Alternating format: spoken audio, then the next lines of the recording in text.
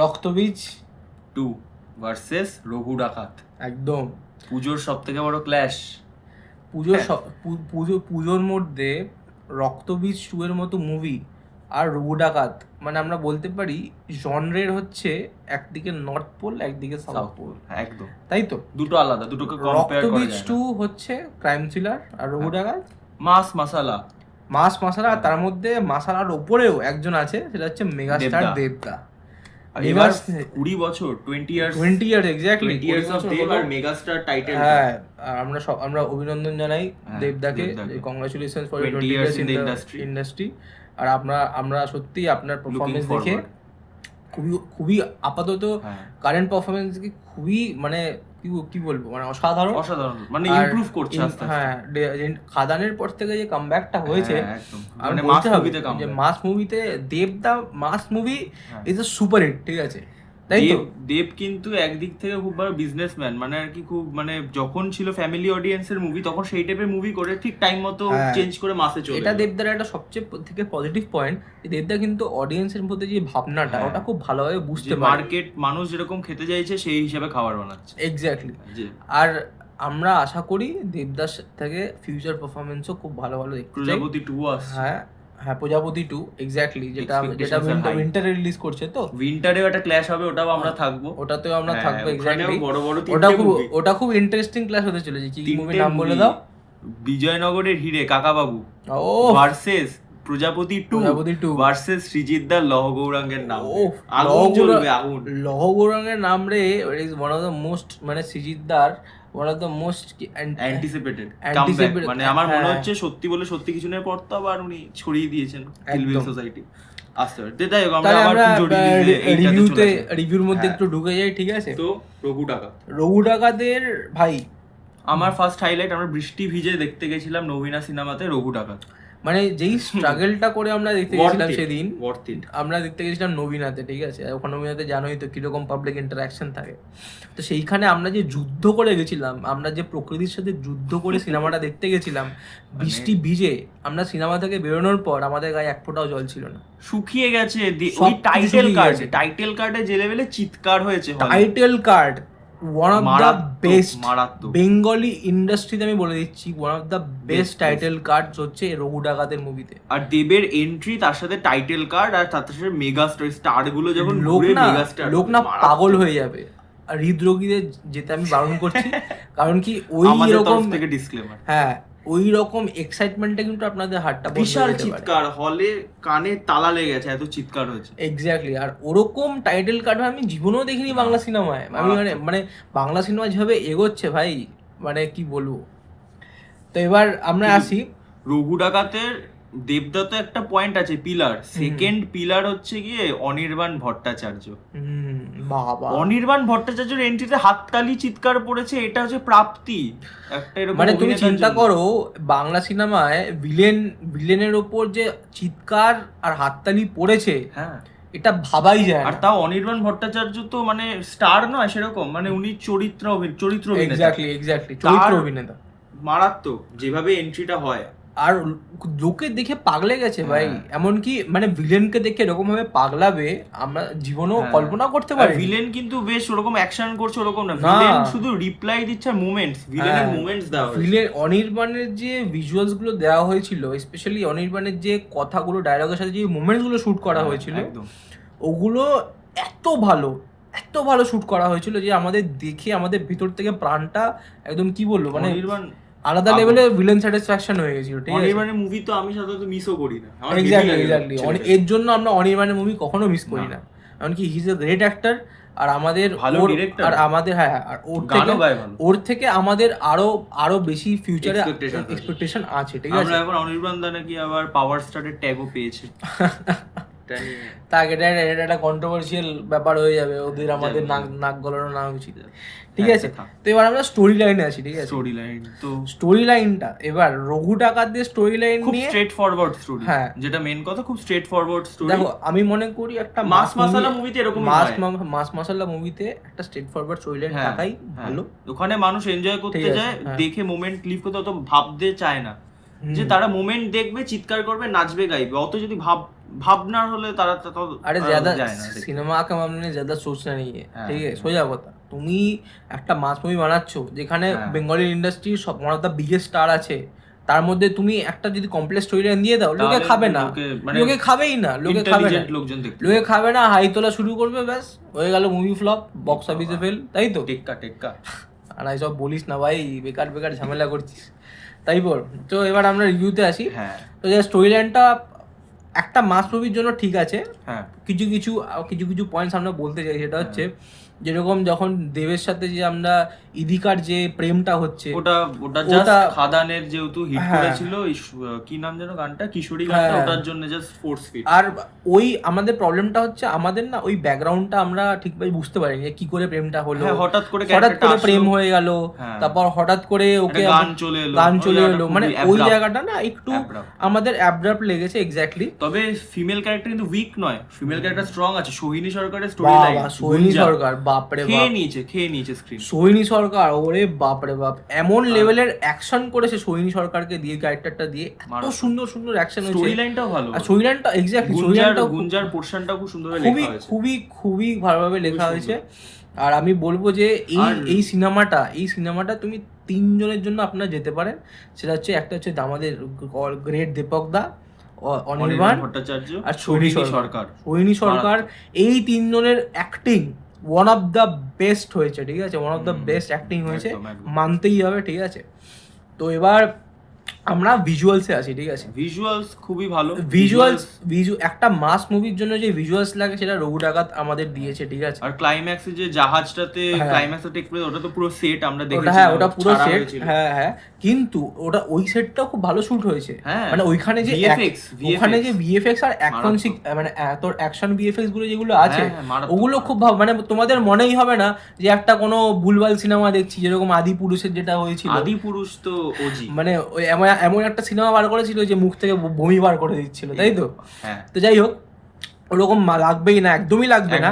উল্টে তোমাদের ওই যে লাস্টে যে অ্যাকশন সিন গুলো আছে, ওগুলো দেখে তোমাদের হৃদয় কেঁপে যাবে। কারণ কি, এমন মোমেন্টস, এমন অ্যাকশনস আছে যেগুলো দেখে আপনারা পুরো চমকে যাবেন, তাই তো? অ্যাকশন সিনস ভালো, অ্যাকশন সিন দুর্দান্ত আছে। তবে আপনি যদি এখন মানে বেশি এক্সপেক্টেশন সাউথের মুভি, হলিউডের মুভি লেভেলের অ্যাকশন মাথায় নিয়ে গেলে কিন্তু ডিসঅ্যাপয়েন্টেড।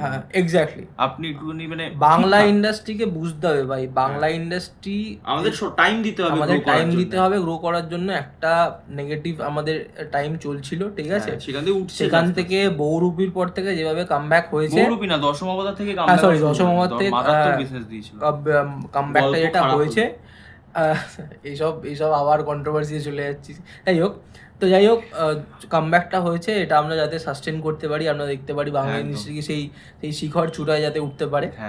তো ওভারঅল রঘু ডাকাতের জন্য আমি বলবো আপনারা যান, পুজো হিসাবে চিৎকার করুন, আনন্দ করুন, বেরিয়ে পুজোর ভাইবের সাথে এই মুভিটা 100% খাপ খেয়ে যাবে, ঠিক আছে?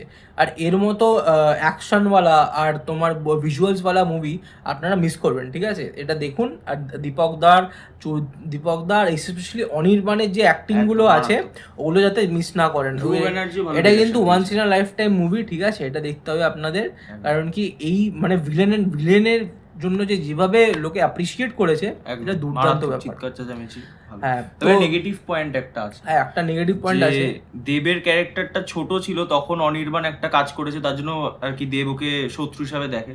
কিন্তু পরবর্তীতে দেব বড় হয়ে গেছে, অনির্বাণের শুধু চুল সাদা হয়েছে। আমার মনে হচ্ছে মুখে যদি একটুখানি বয়সের ছাপটা, দেখো আজকাল তো প্রস্থেটিক তে এগিয়ে গেছে ভিঞ্চিদা। আর ধূমকেতু তো কোন যুগের সিনেমা, 10 বছর আগে থেকে যখন প্রস্থেটিক শুরু হয়ে গেছে, একটু ওখানে যদি আমাদের প্রস্থেটিকটা যদি ইউজ করা হতো, আমাদের মনে হয় আর ব্যাপার লাগতো। কারণ কি, অনির্বাণের তুমি যদি স্কিন দেখো আর যদি চুল দেখো, চুলটাই সাদা হয়েছে, আর বাকিগুলো সব যা আছে তেমনই আছে, ঠিক আছে? অহিন্দ্র বর্মন প্রচুর স্যালাড খায়, স্কিন ভালো আছে। ওটা একটা ছোট্ট নেগেটিভ, বাট ওটা মাস মুভিতে অত কেউ ভেবে দেখে না। কিন্তু আমরা যেহেতু আমরা একটু ডিটেইলে দেখি, আমরা এগুলো একটু লজিক্যাল লুপহোলস, যে একটুখানি মুখে বয়সের ছাপ দেখলে মনে হবে যে বয়স, ব্যাপারটার রিয়ালিজম আসবে, আর একটা ওল্ড ভিলেনের ভাইব দিবে, যেটা আমরা চাইছিলাম, ঠিক আছে? রঘু অনেক ছোট ছিল যখন ব্যাপারটা তো তো ব্রিটিশ ইন্ডিয়া শুট হচ্ছে, হ্যাঁ, আমাদের হ্যাঁ। একটু যদি ওল্ড ভিলেন লাগে ব্যাপারটা, হ্যাঁ। ওটা দুর্দান্ত আর হয়ে ওখানে যাবে। অনির্বাণের না বয়সকালের সিনগুলো ওরকমই, ওখানে অ্যাকশন নেই সেরকম, ওর হ্যাঁ। কিন্তু কোল্ডেস্ট, খুব মানে টেকনিক্যালি হ্যাঁ, ভেবে exactly, exactly. ট্যাকটিক্যালি মুভ করছে, যেগুলো আর কি হ্যাঁ। একটা কোল্ডেস্ট ভিলেন, জোকার টাইপের, Exactly, ওরকম exactly, type-এর। exactly. ওটাতে কম্পেয়ার বাট করছি না। জোকারের সাথে কম্পেয়ার না, করিস না, না, এটা তো একদমই না, পুরো, তাহলে এটা তো- তো পুরো উল্টো ব্যাপার হয়ে তাহলে যাবে, তো লোকে খিস্তি রিভিউটাই করবে। পুরো খিস্তি হয়ে যাবে, তাই তো? না, তবে ওখানে একটুখানি আমার মনে হয়েছে একটু মুখে যদি মেকআপ দেওয়া Exactly. অ্যালেক্স ওনেল ক্যারেক্টারটা তো সেম হ্যাঁ, হয়েছে, এক্স্যাক্টলি, অ্যালেক্স ওটা ওনেল। শুধু গোফ গুলো চুলগুলো হালকা সাদা, মুখে হ্যাঁ, কোনো তো পরিবর্তন এই নেই। এই যে একটুখানি আমরা odd জওয়ান লেগেছে। থেকে যখন বুড়ো হচ্ছে, এটা আমরা স্ক্রিনে দেখতে পাচ্ছি না, হ্যাঁ। এটা একটা স্লাইট নেগেটিভ পয়েন্ট। হ্যাঁ, বাট অত কি ওটা আমার মনে হয় মাস দেখবে না। মুভি তত লোক ভাবে। যাই হোক, ওইটা দীপক হ্যাঁ। অধিকারী আর অনির্বাণের অ্যাক্টিং আর সৈনীর হ্যাঁ, অ্যাক্টিং হ্যাঁ। ওটা শ্যাডো হয়ে যাবে, ঠিক আছে? যাই অত হোক, লোক ভাববে না সাধারণত। ওভারঅল মুভিটা খুব দুর্দান্ত হয়েছে, ঠিক আছে? দীপক অধিকারী আর একদম। একদম মানে মেগা স্টার, এটা তো মানতেই হবে, এটাতে কোনো প্রশ্নই ওঠে না। প্যাকড হলে দেখুন। আর তোর রেটিং হতে গিয়ে কত দিবি 10-এর মধ্যে? 10-এর মধ্যে হ্যাঁ। 10-এর মধ্যে ওই 8। আমি 10-এর মধ্যে 8.5 মতো দেবো, কারণ কি খুব দুর্দান্ত হ্যাঁ, মুভি লেগেছে কিন্তু আমার। এটা দেখার জন্য একটাই মাত্র যেটা জরুরি জিনিস, রিকোয়ারমেন্ট, প্যাকড হলে দেখুন, মজা লাগবে। হ্যাঁ, এক্স্যাক্টলি। Moments। আপনি এখন যদি যে হলে গেলেন 3-4টে লোক দেখছে, তাহলে কিন্তু ওই মোমেন্ট গুলোতে অত হাই দিতে পারবে না। যখন চিৎকার করছে তখন পাবলিক ইন্টারঅ্যাকশনের সাথে হ্যাঁ। যদি আপনার মুভিটা দেখেন, আপনাদের এক্সপিরিয়েন্সটা আলাদা লেভেলের হবে। কিন্তু অনেক মুভি হয় যে পাবলিক ইন্টার না থাকলেও মুভি ভালো লেগে যাচ্ছে, এক্স্যাক্টলি, খুব রেয়ার মুভি। ঠিক আছে? যেমন যেরকম জলি জলি এলবি 3 ছিল, ওটা দুর্দান্ত ছিল। ওটা আমরা দেরিতে আমরা- দেখেছিলাম, আমরা- ওটা রিভিউ আনলাম না। আমরা ফাঁকা হলে দেখেছিলাম, কিন্তু ঠিক আছে? হেভি। কিন্তু যেরকম পারফরমেন্স হয়েছিল আর যেরকম স্টোরি লাইন ছিল, দুর্দান্ত, ঠিক আছে? ওটা রিভিউ আমরা আনতে পারবো না, কারণ ওটা কি দেরিতে দেখে ফেলেছি। দেরিতে দেখে ফেলেছি, আর আমরা কাজে ব্যস্তও ছিলাম, হ্যাঁ। ঠিক আছে? আমরা চ্যানেলটা শুরু করার কথা পরে ভেবেছি। এক্স্যাক্টলি। যাই হোক, এবার তাহলে রক্তবীজ 2। হ্যাঁ, ঠিক আছে। শিবুদা নন্দিতাদির হ্যাঁ, রক্তবীজ 2। রক্তবীজ 2 বহুরূপীর পর সবার এক্সপেকটেশন তুঙ্গে ছিল, কিন্তু আনফরচুনেট আমার মনে হয় রক্তবীজ 2 রক্তবীজ 1 এর লেভেলও ম্যাচ করতে পারেনি, বহুরূপীর লেভেলও ম্যাচ করতে পারেনি দেখ, আমার মনে হয়। হয়তো এক্সপেকটেশনটা সেভাবে সেট করে ফেলেছেন ওনারা ভালো মুভিজ দিয়ে। যেভাবে মুভিটাকে প্রমোট করা হয়েছে, হ্যাঁ, ঠিক আছে, প্রমোশনটা এত দুর্দান্ত হয়েছিল, প্রমোশন movie-র, ভালো হয়েছে। দুর্দান্ত হয়েছিল, মানে লোকে না এক্সপেকটেশনটা মানে ভেবেছিল যে রক্তবীজ 1-এর থেকেও, রক্তবীজ 2 বেটার হবে। কিন্তু এই যে একটু মানে মুভি রিভিউজার যারা আছেন ইন্ডাস্ট্রিতে, তারা ভালো করেই প্রথম থেকেই তারা জানেন যে এটা ইম্পসিবল। না, ওটা অনেক সময় হয়েছে যে ফার্স্ট মুভিটার লেভেল কিন্তু সেকেন্ড মুভিটা ম্যাচ করতে পারেনি। Maximum পারে কিছু। নেওয়ার কারণটা হচ্ছে কারণ লোকের এক্সপেকটেশন বেশি থাকে। রক্তবীজ 1-এর যেভাবে শুটিং হয়েছিল, যেভাবে ভিজুয়াল স্ক্রিন প্লে ছিল, সেই লেভেলের শুটিংটা এটা আবার ইন্টারন্যাশনালেও গেছে। রক্তবীজ 2টাই কিন্তু সেরকম ভাবে দিতে পারেনি, না, আনফরচুনেটলি, এটা আমাদের মানতে হবে। হ্যাঁ। কিন্তু রক্তবীজ কি খারাপ সিনেমা? একেবারেই নয়। রক্তবীজ কিন্তু একদম খারাপ খারাপ সিনেমা সিনেমা নয়, না। একদমই নয়। রক্তবীজ 2 আপনারা দেখতে যান, আপনারা কিন্তু ভালো স্টোরি আপনারা যদি অঙ্কুশের কামব্যাক দেখতে যান ইন্ডাস্ট্রিতে, তো মুনির আলম হিসেবে অঙ্কুশ হাজরা খেয়ে নিয়েছে। মানে এটা কিন্তু দুটো ক্ল্যাশের জন্যই। ভিলেন হাইলাইট ওখানে অহিন্দ্র বর্মন, এখানে মুনির আলম। মানে আপনারা চিন্তা করতে পারবেন না যা যে অভিনয়। অঙ্কুশ দার থেকে এত ভালো অভিনয় আমরা দেখতে পাই, আপনারা কখনো চিন্তা করবেন না। একদম। মানে অঙ্কুশ দার একটা লাইফে একটা নেগেটিভ ফেজও যাচ্ছিল, যার পর যে এরকম একটা রোল ও ডেলিভার করতে পেরেছে, মারাত্মক। মানে আপনাদের দেখে আপনাদের মন প্রাণে খালি মনে হবে অঙ্কুশই তো পুরো মুভিটা খেয়ে নিল, হ্যাঁ। তাই তো? আমি বলছি না যে আবির অ্যাক্টিং করেনি, আবির তো অ্যাজ ইউজ, আবির তো ভালো কাজ করে, আবির তো ভালো কাজ করে, কিন্তু আবিরের থেকেও আমাদের মনে হয়েছে হ্যাঁ। যে অঙ্কুশের যে অ্যাক্টিংটা হয়েছে, সেটা মানে অনেক better। লোক না অঙ্কুশের থেকে না ইমোশনালি না নেগেটিভ একটা ব্যাপার হয়ে যাবে, কারণ কি ও যেভাবে রোলটা করেছে, যেরকম আমরা হলেই দেখছিলাম যে অনেকে অঙ্কুশকে ভুলভাল কথা বলছিল এটা কেন হলো, হ্যান ত্যান এসব বলছিল, মানে লোক না ইমোশনালি ইনভলভ হয়ে যাচ্ছে অঙ্কুশের ওই ভিলেন রোলটার সাথে, ঠিক আছে? মারাত্মক অভিনয় করেছে। এত ভালো অ্যাক্টিং বেঙ্গলি ফিল্ম ইন্ডাস্ট্রিতে আজকালকার আমরা দিনে পাচ্ছি ভিলেনের রোল হিসাবে, হ্যাঁ, সেটাই বড় ব্যাপার, ঠিক আছে? আর ফার্স্ট হাফটা রক্তবীজ 2 খুব টাইট, মানে আমি তো বুঝতেই পারলাম না কোন বিরতি চলে এলো, স্ক্রিনে বিরতি লেখা চলে এলো।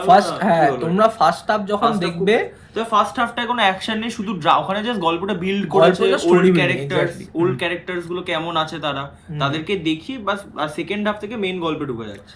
সেই ইন্টারভেলের পর থেকে you will enjoy the movie খুব ভালোভাবে, ঠিক আছে?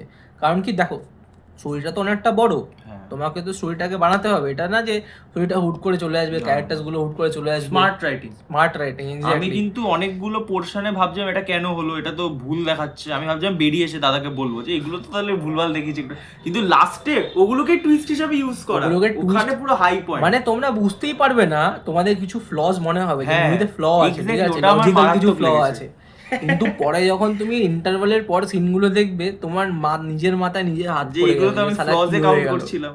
হ্যাঁ এক্স্যাক্টলি। আর ক্লাইম্যাক্সে পুষ্পবরার সাথে যেভাবে ক্লাইম্যাক্সটা এমবেড করা হয়েছে, মারাত্মক। আমার গায়ে আমি লিটারালি শিভার করছিলাম ঠান্ডায়। ওই সিটে আমরা তো লোকে তো সিটে ইনক্লাইন হয়ে থাকে, আমরা এরকম উঠে গেছি, কি হচ্ছে এখানে, গানের সাথে যেভাবে গেছে, মানে যেভাবে দুর্দান্ত এখানে টেক প্লেস করেছে সেটা বলো বাবা। ক্লাইম্যাক্সের শুটিং যেখানে হয়েছে, তোমরা কোথায় হবে রিভিল আমরা করছি না, তোমরা চিন্তাও করতে পারবে না কোথায় শুটিং হয়েছে। মানে ওরকম বাংলা ইন্ডাস্ট্রি যে ওরকম একটা চিন্তাধারায় আমাদের অ্যাকশন সিন নিতে পারে with such a visuals and story writing, তোমরা জীবনও চিন্তা করতে পারবে না। মানে আমি বলছি তোমরা মুভিটাকে দেখো, মন দিয়ে দেখো, স্টোরিটা বোঝো, তারপর তুমি আস্তে আস্তে বুঝতে পারবে যে কোথায় কি আছে, তাই তো? তবে একটু গানের সংখ্যা একটু বেশি। হ্যাঁ, একটা নেগেটিভ পয়েন্ট যেটা আমরা নোটিস করেছিলাম যাচ্ছে, বল তুই বল। গানটা নুসরাত জাহানের গানটা ভালো, মানে যাচ্ছে ঠিক আছে, ফার্স্টে আসছে ভালো, তারপরে ও বাবুর মাটাও ঠিক আছে, লাস্টের গানটা ভালো, এটা কৌশানি যে ওইটা তো ওই পয়েন্টটা তো হাই, ওখানে সাথে এমবেড হবে ওই ধরনের পুষ্প, ওইটাও ঠিক আছে।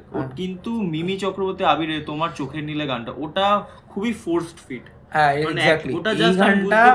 এই গান দেখ, আমাদের গান ক্রাইম থ্রিলারের গান কি হওয়া উচিত, এই গানটা স্টোরির সাথে এমবেডেড থাকে, যেটা স্টোরিকে আগে নিয়ে যাবে। এমন কোনো গান আমরা চাই না যেটা স্টোরিটাকে পজ করে দেবে, তাহলে আমরা তো একটা মোমেন্টামের সাথে যাচ্ছি, মোমেন্টামটা ব্রেক হয়ে যায়। মিমির বিকিনি সিনের জন্য গান, জাস্ট মিমি চক্রবর্তীর ওই সিনটার জন্য এই গানটাকে দেওয়া হয়েছে, ঠিক আছে, বাট আমরা বলবো না যে গানটা বাজে, ঠিক আছে, গানটা গানের জায়গায়, কিন্তু ওটা প্রমোশনাল সং হিসেবেই রাখতে পারো। ওটা এক্স্যাক্টলি আমাদের এটাই পয়েন্ট, যে তুমি যখন একটা এত ভালো ক্রাইম থ্রিলার দিচ্ছ, তুমি তাহলে ওটা প্রমোশনাল জায়গায় রেখে দাও, তাহলেই ব্যাপারটা হয়ে যায়। কারণ কি, লোকে যখন একটা মোমেন্টামের সাথে জিনিসটা দেখছে, একটা মন দিয়ে দেখছে, তখন আমরা একটা নন্দনে অবজার্ভ করেছিলাম যে যখন ওই গানটা হচ্ছিল অনেকে বিরক্ত হয়েছিল যে কেন এই গানটা হচ্ছে। নন্দনে এমনি তো সফিস্টিকেটেড অডিয়েন্স। হ্যাঁ এক্স্যাক্টলি, এটা আলাদা ব্যাপার। যাই হোক, এটা আবার একটা নতুন কন্ট্রোভার্সি শুরু হয়ে যাবে এখানে। যাই হোক, হ্যাঁ, তো ওই গানটা দেওয়ার কোনো মানেই ছিল না, ঠিক আছে। গানটা একদম ফোর্স। হ্যাঁ, আর টু বি অনেস্ট দেখ, আমাদের মুভি এক্সপিরিয়েন্স খুব ভালো ছিল, দুটোই খুব ভালো ছিল। আর নন্দনে এন্ট্রিতে হাত, মানে চিৎকার হাততালি না পড়লেও কাঞ্চন মুলকে ডাবল মিনিং জোকে কিন্তু হল এসেছে, ওটা কিন্তু কাঞ্চনদার জোকে যেইভাবে হল প্রত্যেকটা মানুষ হাসছিল। আর মানে এমন মানে সত্যি কাঞ্চনদা অ্যাক্টিং খুব দারুণ করেছে, মানে কমেডি রোলে কিন্তু দুর্দান্ত অ্যাক্টিং করেছে। তবে রক্তবীজের একটা ফ্ল হচ্ছে গিয়ে ফিমেল ক্যারেক্টার গুলো উইক রাইটিং, যেমন অঙ্কুশের যে দেওয়া হয়েছে, অঙ্কুশের সাথে কৌশানীর অ্যাঙ্গেলটা একেবারেই যায় না। মিমি চক্রবর্তী ফার্স্টে যেভাবে এস্টাবলিশ করেছিল, সেকেন্ড পার্টে কিন্তু সেকেন্ড ইন্টারভালের পরের পার্টটায় মিমি চক্রবর্তীকে আমার মনে হয় হাইলাইট করাটা একটু বেশি উচিত ছিল। আর মিমি চক্রবর্তী ক্যারেক্টার খুব সিরিয়াস দেখিয়েছিল ফার্স্ট পার্টে, সেকেন্ড পার্টে যেন পুরো কমেডি করে যাচ্ছে, সেকেন্ড পার্টে না পুরো অপোজিট হয়ে গেছে, পুরো কমেডি ক্যারেক্টার মানে হঠাৎ করে কমেডি করছে, হঠাৎ সিরিয়াস হয়ে যাচ্ছে। এটা কিন্তু আমরা যে কাঞ্চনদা যেটা যেরকম ছিল যে প্রথম থেকেই কমেডি, ঠিক আছে, ওটা কমেডি ছিল, কমিক রিলিফের জন্য ছিল।